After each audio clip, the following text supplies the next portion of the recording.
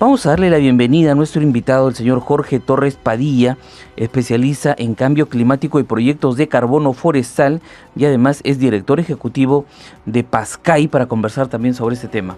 ¿Cómo está, señor Jorge? Muy buenos días. Buenos días, un gusto. Gracias por la invitación.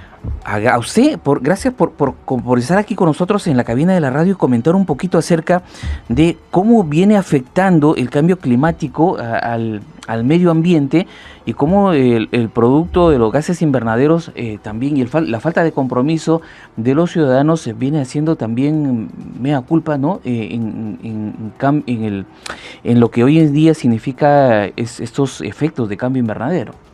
Bueno, efectivamente el cambio climático es un problema real, un problema que ya tiene muchas décadas y se ha agudizado en los últimos años, producto de los estilos de vida, ¿no? Producto de la quema de los combustibles fósiles en las industrias, en el transporte y también en la quema de los bosques. Entonces hay una serie de efectos perjudiciales para la salud, para la vida, los deshielos que se están produciendo, los incendios que se están produciendo, todo eso genera un impacto negativo, sobre todo sobre las poblaciones más vulnerables, ¿no? del Perú y del mundo, ¿no? Señor Torres, también para recordar a nuestra audiencia que nos escucha a nivel nacional, ¿a qué nos referimos con emisiones de gases de efecto invernadero? ¿Cómo no? Los gases de efecto invernadero son los gases que se producen por ciertas actividades, como por ejemplo la quema de los combustibles, las emisiones de metano que se genera en la ganadería y otras actividades, y estos gases se concentran en la atmósfera y producen lo que se llama el efecto invernadero, ¿no? Como sabemos, un invernadero es un espacio cerrado donde la temperatura es más alta que afuera del invernadero, y efectivamente están convirtiendo al planeta Tierra en un invernadero, están haciendo que la temperatura esté aumentando a un ritmo muy acelerado, y eso es lo que estamos viendo, digamos, diariamente, ¿no? Por ejemplo, en la entrevista que acaban de hacer al ingeniero del CENAMI, se nota que están haciendo incrementos de temperatura cada año un poco más que los años anteriores, ¿no? Y es producto de eso. Ahora, usted es director ejecutivo de PASCAI. Cuéntanos un poquito acerca de esta institución.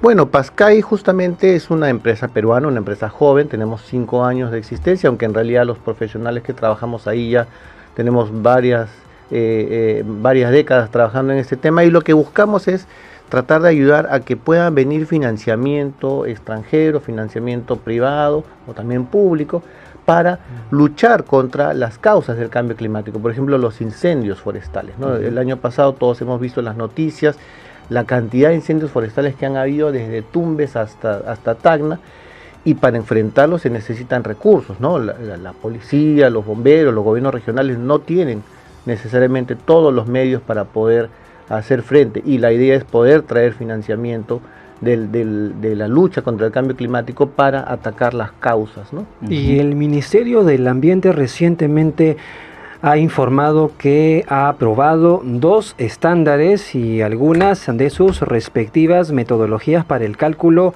de la reducción de emisiones de gases de efecto invernadero. ¿Qué lectura usted hace al respecto? Bueno, es una buena medida, porque efectivamente hasta antes de esta reciente aprobación, la forma de poder medir, digamos, cuánto era la contribución, cuántas hectáreas se lograban proteger de bosque, cuántas toneladas de estos gases de efecto invernadero se lograban reducir, se hacía de manera privada, ¿no? Entonces, y esto es un tema más o menos complejo, no es lo mismo que comprar un litro de leche o comprar unas zapatillas, o sea, uno mira y demanda tiempo, además. Claro, entonces, cuando alguien quiere invertir, cuando alguien quiere contribuir, como decía usted hace un momento, ya uno compra, por ejemplo, un litro de leche, compra un par de zapatillas y sabe reconocer este es de buena calidad, este no es de tan buena calidad. Pero en este tema de los certificados de carbono no es tan fácil, porque es un tema complejo, un tema especializado. Entonces, lo que el ministerio está al aprobar esta reciente norma, está diciendo, bueno, estas certificaciones, estos estándares que usted está diciendo, estos yo los respaldo. Técnicamente están bien hechos. Entonces, cualquiera que quiera invertir en un proyecto para bajar la contaminación, para bajar las emisiones de estos gases, sabe que si usa estos estándares, el gobierno peruano a través del ministerio los está respaldando. Entonces es una señal importante para que el inversionista sepa dónde invertir. No son las únicas, hay muchas otras metodologías, hay muchos otros estándares y seguramente que el Ministerio del Ambiente progresivamente va a ir añadiendo otras metodologías para que tenga una mayor gama de opciones, pero es un buen punto de partida. Claro, señor Torres, lo que se necesita hoy en día es que lleguen a nuestro país inversionistas, que instalen fábricas, pero que deben tener ciertas condiciones para que no se siga afectando hoy en día el medio ambiente, ¿no? Para que no sigamos contaminando. Exacto. Ahora, yo le quería preguntar, señor Torres, ¿cómo hacemos para reforestar estas zonas que han sido devastadas, por ejemplo, por los incendios recientemente producidos en el país?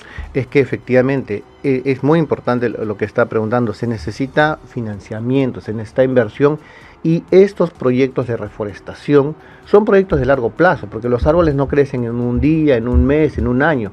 Los árboles, para poder tener un valor, ¿no? Un valor económico, se necesita que pasen pues 10 años, 20 años, 30 años, y no hay financiamiento de largo plazo, lamentablemente. No es que uno va al banco de crédito, a cualquier banco y te dan un préstamo y que lo pagas en 30 años recién. Entonces se necesita un financiamiento especializado que pueda ayudar a efectivamente generar estos proyectos de reforestación, que además generan empleo, porque Exacto. generan mucho trabajo local al momento de hacer los viveros, al momento de instalar las plantaciones, mucho trabajo a la población local. Entonces hay una gran oportunidad para reforestar en las zonas que se han quemado con los incendios y en otras zonas que ya también tienen muchos años de que se han perdido, y que el financiamiento está ahí disponible. El financiamiento internacional está muy interesado, no solamente en Perú, está muy interesado en generar este tipo de proyectos para poder obviamente recuperar su inversión con los créditos de carbono, pero se necesitan reglas claras, ¿no? ¿Sería una medida que debería de tomar lo más pronto posible el Ministerio del Ambiente en este sentido? Bueno, como digo, el Ministerio al aprobar estas reglas está dando una señal clara. La inversión puede ir directo a la comunidad, la inversión puede ir directo al área privada, ¿no? No necesita ya el Ministerio mismo estar haciendo la inversión en el terreno. Con que dé las reglas claras de juego, como este avance, va a permitir que esta inversión privada pueda canalizarse. Acá hay un rol, efectivamente, porque a veces es difícil juntar a una comunidad, a un concesionario, a un agricultor, con el inversionista afuera. Esa conexión es importante hacerla y ahí un poco lo que nosotros tratamos de apoyar como PASCAI es que se genere esa conexión. Pero estas normas que está aprobando el Ministerio de Ambiente, esta del RENAMI y otras tantas, son positivas porque, como digo, dan una señal clara para que el inversionista sepa en qué creer, en qué confiar, qué tipo de proyectos son los que son más serios, ¿no? Y eso creo que es un gran avance, la verdad. Claro, además, eso desde el punto de vista macro, pero digamos, el ciudadano de a pie, el que nos está escuchando a esta hora, ¿cómo puede contribuir para que el cambio climático, estos efectos de los gases invernaderos no nos sigan afectando? Es que efectivamente, ¿no? Ahí creo que sí hay un trabajo de educación importante, porque uno desde el momento que cambia, por ejemplo, unos focos ahorradores, desde el momento que usa un tipo de combustible en su auto menos contaminante, hay muchas cosas que el ciudadano de a pie puede hacer para hacer su contribución, ¿no? Hacer digamos, los techos verdes, hay muchas formas en las que el ciudadano, y creo que sí ahí es importante, eso sí es un rol, creo, más del ministerio, más del CERFOR, poder difundir cosas concretas, cosas prácticas en las cuales cualquiera de nosotros puede hacer su contribución, no necesariamente la inversión. Claro. Y la contribución tiene que ser de las empresas de afuera. Y generar espacios verdes, ¿no? Exacto. Porque hoy en día estamos viendo que las ciudades, es cierto, vemos mucha modernidad, vemos mucho avance tecnológico, pero no vemos verde, no vemos parques, no vemos el sembrado de árboles, por ejemplo. Claro. Y desde acá tiene que ser el llamado a las autoridades locales y regionales, por ejemplo, para que se comprometan también con estas labores. Lógico. Es que es un trabajo de todos, ¿no? Es como cuando a Perú le iba bien en el fútbol. Todo el mundo empujaba en la misma dirección. Es lo mismo aquí, o sea, necesitamos que gobiernos locales, que la población, que el gobierno nacional puedan trabajar en este tipo de cosas que son tan sencillas realmente. Promover áreas verdes, promover, por ejemplo, todas estas construcciones nuevas. Hay estas construcciones más ecológicas, ¿no? Más verdes. Entonces, hay muchas cosas que ya se pueden hacer, no necesitan realmente mucha tecnología, simplemente información, educación para que la gente sepa, ¿no? O sea, qué cosas hacer para poner su granito de arena. Y los ciudadanos también están apostando, por ejemplo, por las motos eléctricas, dejando de lado los vehículos motorizados, ¿no es cierto? Ese es un buen punto que nos podría decir usted al respecto. Claro, es que efectivamente, si uno utiliza en su vehículo GNV, o motos eléctricas, ¿no? Acá en el Perú la electricidad es principalmente de fuente hidroeléctrica, que es mucho más limpia. Entonces, al usar ese tipo de vehículos va a ser muchísimo menos contaminante que si usa la gasolina que antes era la 84. O sea, la quema de petróleo es una de las principales fuentes, una de las principales causas de los gases de efecto invernadero. Entonces, al utilizar estos vehículos con energías más limpias, está haciendo su contribución. Y lo importante es que haya una oferta disponible. O sea, ahora ya vemos, ¿no?, que hay más proveedores de motos eléctricas, hay más lugares donde poder cargar, donde poder abastecerse de energía, porque antes ese era el problema, ¿no? Claro. Sí. Y estamos ahora incluso siendo testigos de que en varios establecimientos ya te proporcionan ese tipo de medida para que una persona pueda llegar, incluso cargar su unidad. Así es, exacto. Uno ve en los centros comerciales, tienes ahí para cargar, ¿no? Y hay algunos grifos que también te dan esas opciones.